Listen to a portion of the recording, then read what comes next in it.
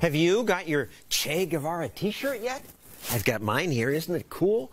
Except it shouldn't be. Guevara, in the name of communism, killed lots of people.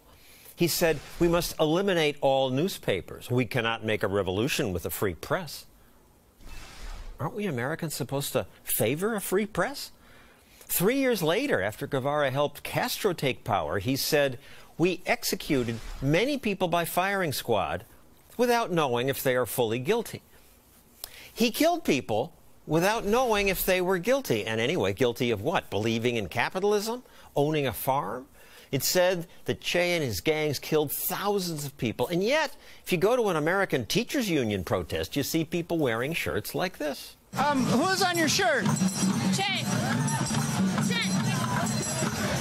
Che Guevara. Yeah, of course, right. Can you tell me a little bit about Che?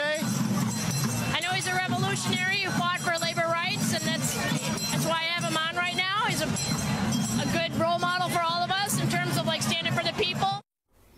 A good role model. What is she thinking? Michael Monahan writes about this for the Daily Beast. What's she... I have no idea what she's thinking, because the first thing to say is he didn't fight for labor rights. The Cuban government outlawed independent labor unions when they came to power in 1959. Che Guevara, within a few years set up the labor camps and the penal colonies that we saw up until we still see them now. I mean, they're slightly reduced, and they're not as brutal as they once were, but they're still pretty brutal.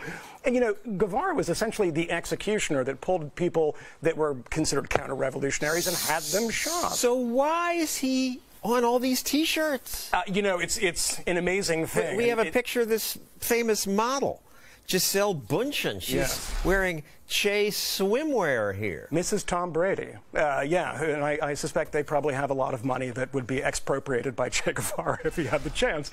No, I mean, it's become this sort of popular thing, and you see people like Carlos Santana, the musician, going to an awards show with a Che Guevara shirt on, not really realizing the most basic things, that Che Guevara is one of the... It's just that he's good looking. He was a handsome guy, but he was also banned music that was considered capitalist and decadent, like the Beatles in Cuba in the early 1960s. So these people have no idea what they're talking about, and they say, well, he's a revolutionary, and, he fought for poor people, etc. No, he actually required, by his ideological fanaticism, that a country, Cuba, remained poor from 1959 to today.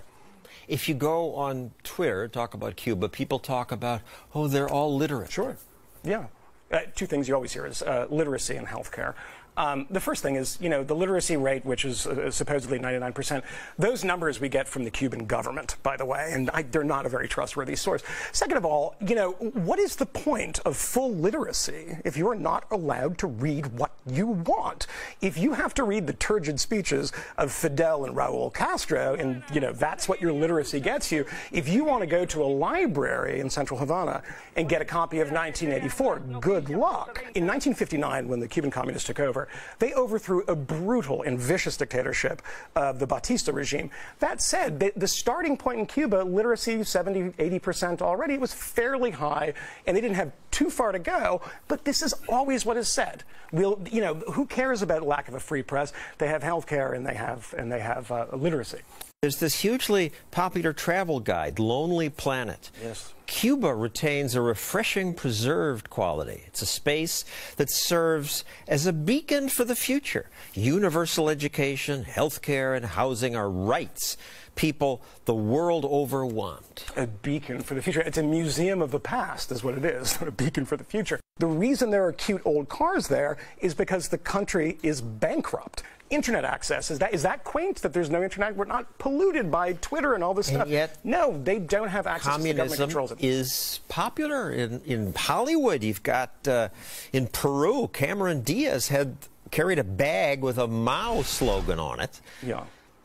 The Maoist rebellion in Peru killed 70,000 people. Yeah, the Shining Path. I mean, I would say I'm going to cut Cameron Diaz a tiny bit of slack and I chalk most of this stuff up to ignorance. These people that do this tend to be, extremely wealthy, and I think if you went and took all their money and collectivized their grain. It's also the concept of commune. We're all in this together. Yeah. Yeah, well, it is. The idea of communism is a very simple one. we should all share everything, right? And then we'd all, you know, it's a simple thing. Try explaining sort of liberal economics, classical liberal economics. It's a very complicated thing. That's what we try to do on this show. That's why this show but exists. It's not working. In terms of the positive view of capitalism, it's not just the young people who don't get it. Age 30 to 49, only 50% have a positive view. 50 to 64, 53%, barely half. Yeah. No, I find myself fighting this battle all the time. I mean, you things like globalization, which is considered this horrible scourge that lifts people out of poverty, have lifted countless millions of Indians and Vietnamese and even Chinese, so they're sort of post-communist societies, out of poverty. But, you know, globalization is a swear word. It's a very sort of complicated argument to get to the result, which is this stuff works. This stuff is good for people out of misery. Yeah. Thank you, Michael Moynihan.